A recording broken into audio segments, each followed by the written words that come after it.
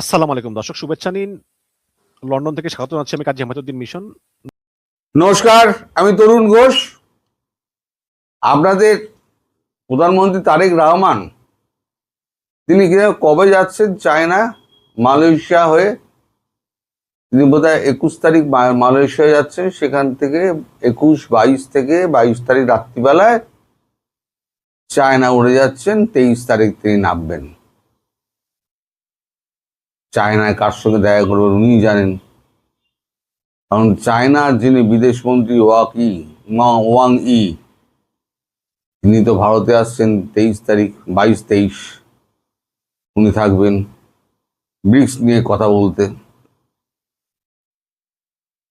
তো এখন এনডিটিভি ওয়ার্ল্ডের তো খবরটা ছড়িয়ে গেছে। আবার 22 তারিখেই আবার পুতিনের সঙ্গে দেখা করতে উনি চলে যাচ্ছেন, মানে জিনপিং চলে যাচ্ছেন রাশিয়া।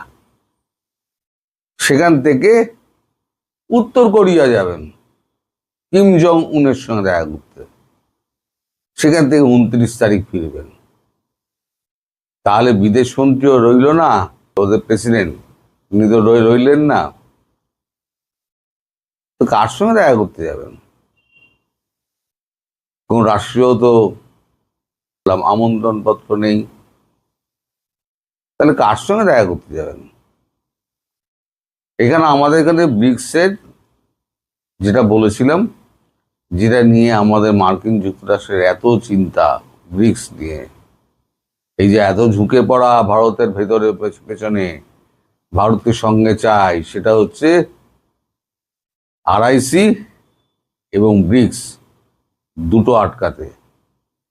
আর এই ব্রিক্সের সম্মেলন হচ্ছে এবছরের শেষে, আর হোস্ট কান্ট্রি হচ্ছে ভারতবর্ষ।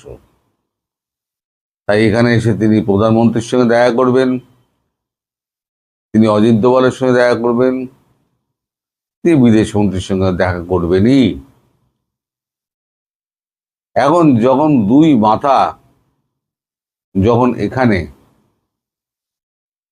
এবং শোনা যাচ্ছে যে খুব শিগগিরই, আমি যেটা আগেও আপনাদের বলেছিলাম, শি জিনপিং এবং পুতিন একত্রে ভারতবর্ষে আসবেন।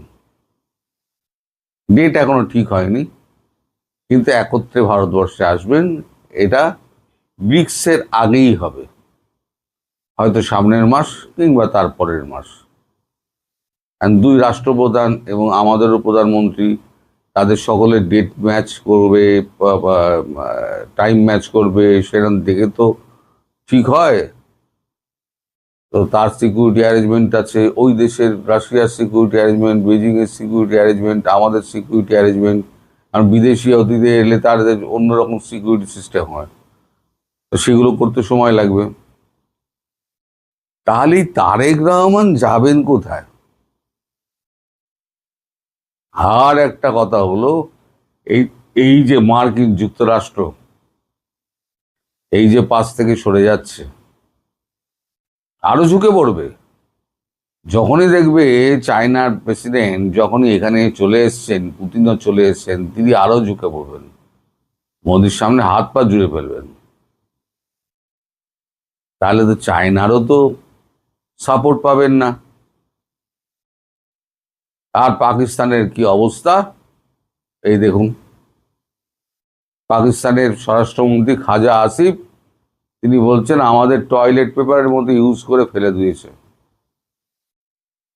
আপনাদের যিনি রক্ষাকর্তা, যার সঙ্গে আপনাদের প্রেম, বড় আব্বাকে বলছে, বড় আব্বা তার আব্বাকে বলছে, মানে মার্কিন যুক্তরাষ্ট্রকে, যে আমাদেরকে টয়লেট পেপারের মতো ইউজ করে ছুঁড়ে ফেলে দিয়েছে। তাহলে আপনাদের কি অবস্থা হবে বুঝুন। তবু তো পাকিস্তান কিছুটা কাজে আসতো, আপনারা তো ঘোড়ার ডিমের কোনো কাজেই আসবেন না। এখন ওই আপনাদের আব্বা হুজুরের, মানে পাকিস্তানের এত রাগ কেন? মানে ভেতরে ভেতরে এত ক্ষোভ কেন? সেটা হচ্ছে G7 তাদেরকে ডাকা হলো না। আবার এই যে ইরানের সঙ্গে যে চুক্তি স্বাক্ষর হতে যাচ্ছে, তাতেও পাকিস্তানের নাম নেই। আচ্ছা, G7 কি? Greater economy 7।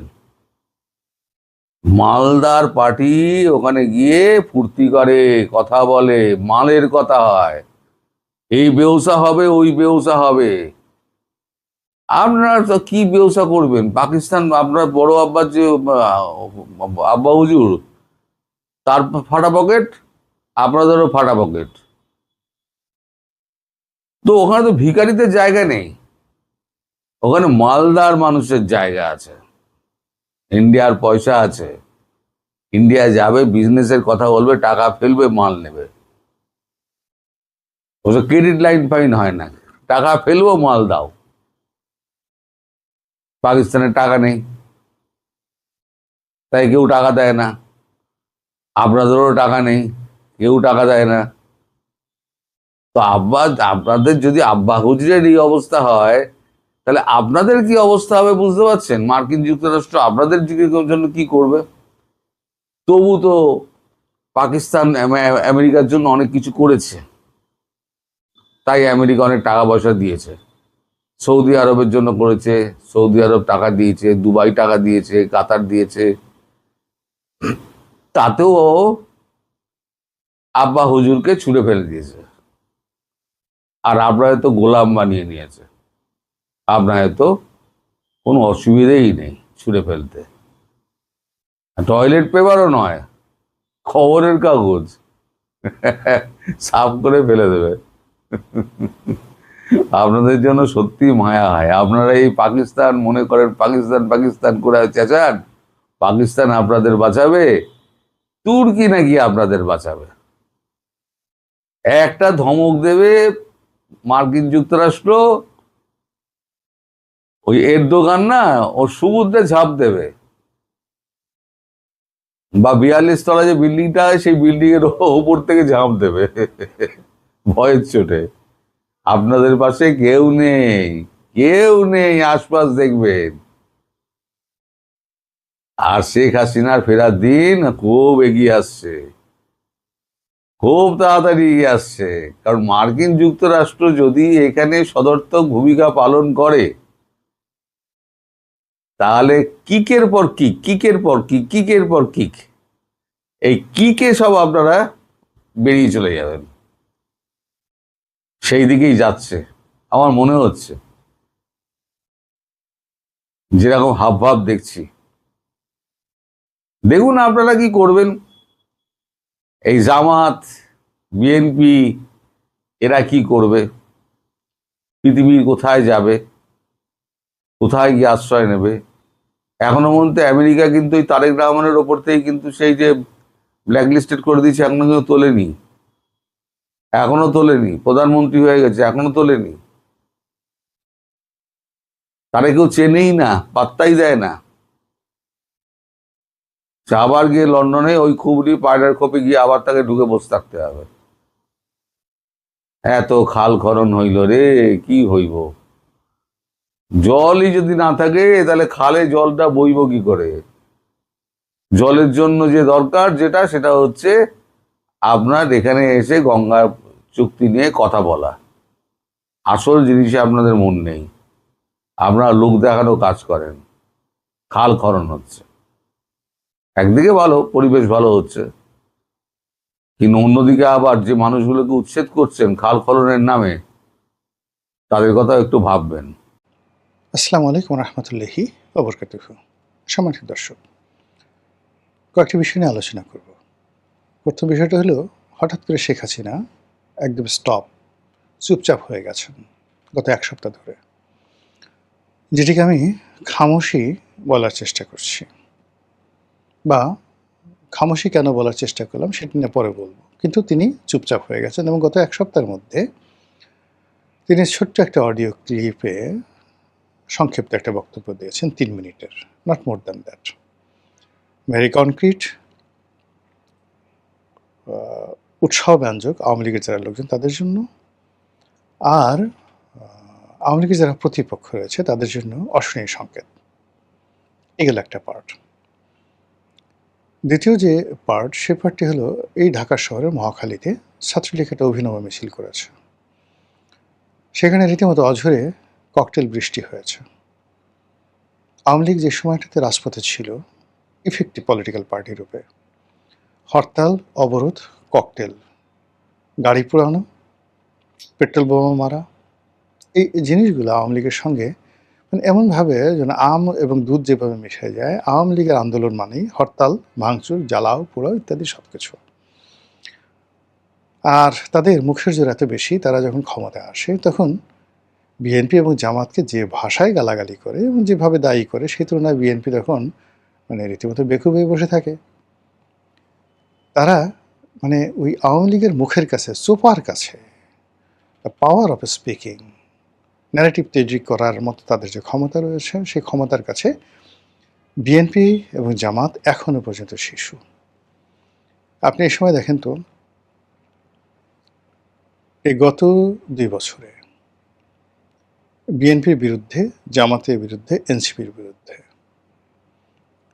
এই যে মানুষ যে ক্ষেপে গেছে, ইউনূসের বিরুদ্ধে মানুষ যে ক্ষেপে গেছে, এবং সবাইকে এখন মানুষ এক কাতারে ফেলে সবাইকে দেশ বিরোধী, আমেরিকা দালাল, তারপরে সেন্ট মার্টিন বিক্রেতা, মার্কিন বাণিজ্য চুক্তি তারা মিলেমিশে করেছে, দেশ থেকে টাকা পাচার করে তারা সুইস ব্যাংক ভরে ফেলেছে।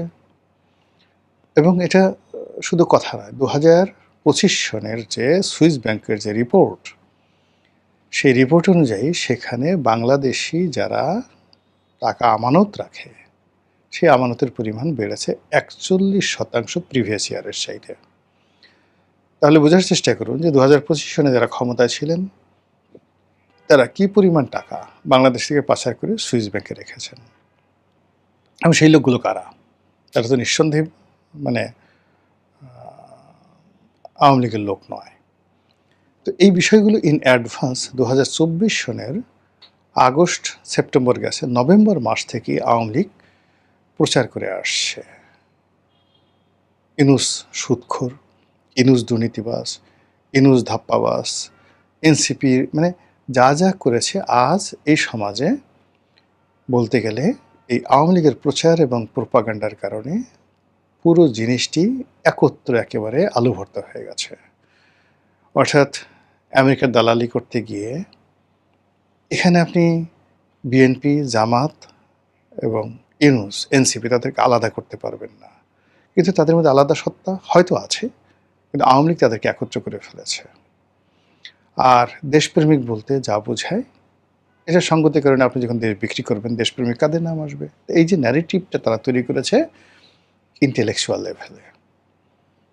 এখন এই ইন্টেলেকচুয়াল লেভেলে দেশে এবং দেশের বাইরে তারা হিন্দুস্তান টাইমসকে ব্যবহার করেছে, আনন্দবাজারকে ব্যবহার করেছে, দ্য হিন্দুকে ব্যবহার করেছে, পাকিস্তানের ডনকে ব্যবহার করেছে, Telegraph, economics, time magazine, new York Times, Washington post, তারপর জার্মানির মানে পত্রিকা, জাপানের পত্রিকা, এরপর লামন্ডে, প্যারিসের পত্রিকা, সব জায়গাতে যুগপৎভাবে, এবং সেই রিপোর্ট আবার ঘুরে ফিরে একটু 19-20 করে অনুবাদ আকারে বাংলাদেশে মানবজমিন প্রকাশ করে, মানবজমিনের পরে অন্যান্য পত্রিকা প্রকাশ করে, সোশ্যাল মিডিয়াতে ভাইরাল হয়ে যায়। এবং সেখানে তারেক রহমান সাহেব, ইউনূস সাহেব থেকে শুরু করে যা শেখ হাসিনা বলে যাচ্ছে, জয় বলে যাচ্ছে, ওগুলোকে ম্যাটেরিয়ালাইজ করে এই প্রচার করে আজ আওয়ামী লীগ এমন একটা পর্যায়ে চলে আসছে যে তাদের নেতাকর্মী তারা মনে করছে এই কালকে আমরা ক্ষমতায় আসব, আর ক্ষমতায় এসে কাকে ছ্যাঁচা দেব, কাকে গুঁতা দেব, কাকে টাইট দেব। আমাদের যে গ্রাম অঞ্চলে পান ছ্যাঁচার জন্য ছেঁচুনি বলা হয়, শৈশবে যাদের স্মৃতি আছে 70-80 দশকে দাদা দাদিরা ওই পান ছেঁচে খেত, হামানদিস্তা। তো সেই হামানদিস্তার মধ্যে ফেলে যেভাবে পান আর সুপারি একসাথে ছ্যাঁচে আওয়ামী লীগের লোকজন চিন্তা করছে তাদের যারা বাড়ি পুড়িয়েছে, ঘর পুড়িয়েছে, তাদের স্ত্রী সন্তানের সঙ্গে অমানবিক আচরণ করেছে, তাদের ব্যাংক লুট করেছে, তাদের টাকা নিয়ে গেছে, পয়সা নিয়ে গেছে, সবগুলোকে পান সুপারি জর্দা বানিয়ে হামান দিস্তেদের মধ্যে নিয়ে আচ্ছা মতো আমরা ছেঁচব। এবং এই যে তারা চিন্তা ভাবনা করছে, চিন্তা ভাবনা করার ফলে তাদের মধ্যে একটা প্রচণ্ড সাহস, এবং সেই সাহস এই রাজধানীতে এসে আশ্রয় পড়েছে। কিভাবে আশ্রয় পড়েছে? যে মহাখালীর মতো ব্যস্ততম জায়গাতে তারা রীতিমতো ককটেল বৃষ্টি করে ঝরিয়ে তারা সেখানে মিছিল করেছে। পুলিশ কি করেছে? 2 জনকে গ্রেপ্তার করতে পেরেছে, কিন্তু বাকি সবাই সেখান থেকে চলে গেছে। কিন্তু আতঙ্ক তো ছড়িয়ে পড়েছে। এখন এটা মহাখালী কেন? ওই যে মহাখালীতে আওয়ামী লীগের যারা প্রতিপক্ষ, তারাই সেতু ভবন পুড়িয়েছিল, তারাই মহাখালী বক্ষব্যাধি হাসপাতালের ওই এলাকাটাতে 2-3টে অফিসে আগুন দিয়েছিল। তার মধ্যে স্বাস্থ্য অধিদপ্তর, তারপর যেটিকে বলা হয় ত্রাণ মন্ত্রণালয়ের অধীন যে একটা অফিস আছে, দুর্যোগ এবং পুনর্বাসন অধিদপ্তর, সেখানে সেতু ভবন। তো এর বাইরে উত্তরা থেকে তারা এই জিনিসটা শুরু করেছিল। ফলে আর ওই মহাখালীতে রেলগেটে এসে, মানে আওয়ামী বিরোধী যে মিছিল উত্তরা থেকে এসে ওই রেলগেটে এসে প্রথম তারা বাধাপ্রাপ্ত হয়েছিল হালকা, তারপর ওখান থেকে তারা সর্বশক্তি নিয়ে গণভবনের দিকে এসেছিল। এজন্য ওই মহাখালীর উপর তাদের রাগ।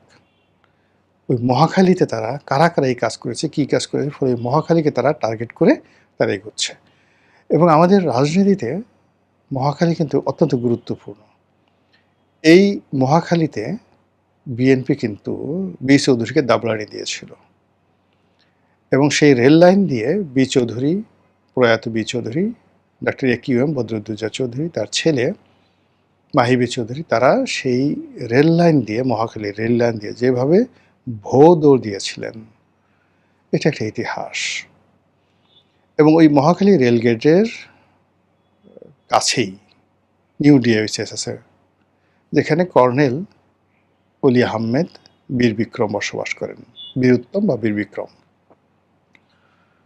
তো তিনি যখন এই বিএনপি থেকে বের হয়ে গিয়ে এলডিপি করলেন, ওই তাকে মারার জন্য ওই মহাখালী রেলগেটের ওই জায়গাতে একটা ব্যাপক শোডাউন হয়েছিল। বিএনপির জমানাতে নয়, এরশাদ জমানাতে ওই মহাখালীর ওই এলাকাটাই মূলত ছাত্রদলের যারা তখন ঢাকা শহর নিয়ন্ত্রণ করতেন, সেই নিরু, সানাউল হক নিরু, সেই সানাউল হক নিরু তাদের যত আড্ডা, যত কর্মকাণ্ড ওই মহাখালীকে কেন্দ্র করে। এবং সানাউল হক নিরু সাহেব সেই মহাখালীতে থাকতেন, এবং সেখানে নিরু সাহেব যে বাসায় থাকতেন সেখানে মাঝে মধ্যে বর্তমান প্রধানমন্ত্রী তারেক রহমান সাহেব তিনিও নিয়মিত ওই বাসায় আসতেন। এবং ওই বাসায়, নিরুর বাসায় থেকে কি করতেন বা এই করতেন সেটা প্রধানমন্ত্রী বা নিরু ভাই দুজনে ভালো বলতে পারবেন। তো ওই হলো মহাখালীর ইতিহাস। ওখানে রাজনীতির অনেক কিছু টার্নিং পয়েন্ট হয়েছে, ওই মহাখালীর ওই জায়গাতে অনেক কিছু হয়েছে। কাজে সেই মহাখালীকে আওয়ামী লীগ টার্গেট করে সেখানে প্রথম ককটেল বৃষ্টি করলো। এটা গুলিস্তানে তারা করতে পারতো, তারা গুলিস্তানে করেনি, মহাখালীতে করেছে। তো বুঝুন যে তারা একটা ডিজাইন করে, ম্যাটিকুলাস ডিজাইন করে এই কাজগুলো করছে। থার্ডলি, হাসনাত আবদুল্লাহ এখন সংসদ সদস্য, এনসিপি নেতা, তিনি সাদিক কায়েমকে নিয়ে ইংল্যান্ডে গেলেন। তো সাদিক কায়েম দেখেন এখানে ছাত্রলীগ, একসময় সে ছাত্রলীগে ছিল, তারপরে ছাত্রলীগের মধ্যে গুপ্ত অবস্থায় ছিল, সেখান থেকে সে বের হয়ে আসছে। কিন্তু ইংল্যান্ডে সে যে গেল, সাদিক কায়েমকে কেউ একটা ডিম মেরেছে, তাকে কিছু করেছে, এটা কিন্তু কেউ বলতে পারবে না। তার একটা পশমকে স্পর্শ করেনি। হোয়াই? সেকেন্ড থিং হলো, ওখানে দফায় দফায় হাসনাত আবদুল্লাহ যখন নামলো তখন এক দফা গালাগালি করলো, ইচ্ছা মতো গালাগালি করলো। আপনি যতই বীরত্ব দেখান না কেন, রাজনীতি আমরা যারা করি, আমাদেরকে উদ্দেশ্য করে কোনো একটা চোখে মুখে সামনে দাঁড়িয়ে কেউ গালাগালি করে, ওটা ঘুমানো যায় না, ভালো লাগে না। এখন হাসনাত আবদুল্লাহকে হিথ্রো এয়ারপোর্টে গালাগাল করা হয়েছে, সে যতই বড় কথা বলুক না কেন তার কিছুটা হলো তার মন খারাপ হয়েছে। ২ নম্বর হলো যে সে অক্সফোর্ডের যে একটা সংগঠন, যে সংগঠনের মূলত জামাত নিয়ন্ত্রিত একটা সংগঠন, সেখানে অক্সফোর্ড ইউনিভার্সিটির যে হলটি, একটা হল যেখানে বিতর্ক হয়, বিভিন্ন অনুষ্ঠান হয়, সেই হলটি ভাড়া করে সেখানে সেই কাজটি করা হচ্ছে। যেমন ঢাকা বিশ্ববিদ্যালয়ে যেমন ধরেন সিনেট হল, নব মানে একজন এখানে ঢাকা বিশ্ববিদ্যালয়ে যে সিনেট ভবন আছে, সেই সিনেট ভবনে একটা হল আছে, সেটা ইচ্ছা করলে অনেকে ভাড়া নিতে পারেন। এরকম একটা হল ভাড়া করে সেখানে মূলত বেশিরভাগই হাতে কয়েকজন সে ইংরেজ ছিল, বাকি সবাই ওখানে ইংল্যান্ডে বসবাসরত জামাত শিবিরে যারা লোকজন, সেখানে সাদিক কায়েম এবং আমাদের হাসনাত আবদুল্লাহ ভাষণ দিলেন। যাই হোক, আমার কাছে ধারণা ছিল যে হাসনাত আবদুল্লাহ ওখানে একটা খুব বিতর্ক হবে, ইংরেজির একটা লিখিত ভাষণ সে নিয়ে যাবে এবং ওখানে একটা অক্সফোর্ডের পরিবেশ হবে। কিন্তু ভাবসাব দেখে মনে হলো যে সে রাজুতে যেভাবে ঢুকে, মধুর ক্যান্টিনে যেভাবে ঢুকে, বা তার যে স্টাইল আছে কোথাও একটা ঢোকার, ঠিক সেইভাবেই সে ঢুকলো ওখানে এবং বক্তব্য দিল সেই বাংলাদেশে আমরা যেভাবে ইংরেজি বলি। যার বাড়ি চট্টগ্রামে, সে চট্টগ্রামের আঞ্চলিক ভাষা ইংরেজি বলে। তারপর যার বাড়ি কুমিল্লাতে, ঠিক সে কুমিল্লার আঞ্চলিক ভাষা ইংরেজি বলে। বরিশাল যাদের বাড়ি, তারা বরিশালের ভাষা ইংরেজি বলে। তো ওইরকম হাসনাত আবদুল্লাহ যে ইংরেজিতে কথা বললো, সেই ইংরেজি কথা বলার মধ্যে ওইরকম যে একটা তার প্রোনাউন্সিয়েশন, তার মেসেজ, তার বক্তব্য, যেটা লিখিত হলে খুব ভালো হতো, কিন্তু ওইরকম আকর্ষণীয় কিছু আমাদের সামনে আসলো না। কিন্তু আসলো যেটা, সেটা হলো ওখানে মানে সে যেন ঢুকতে না পারে, এই জন্য তাকে বাটাম দেওয়ার প্রাণান্ত চেষ্টা করলো সেই আওয়ামী লীগের লোকজন।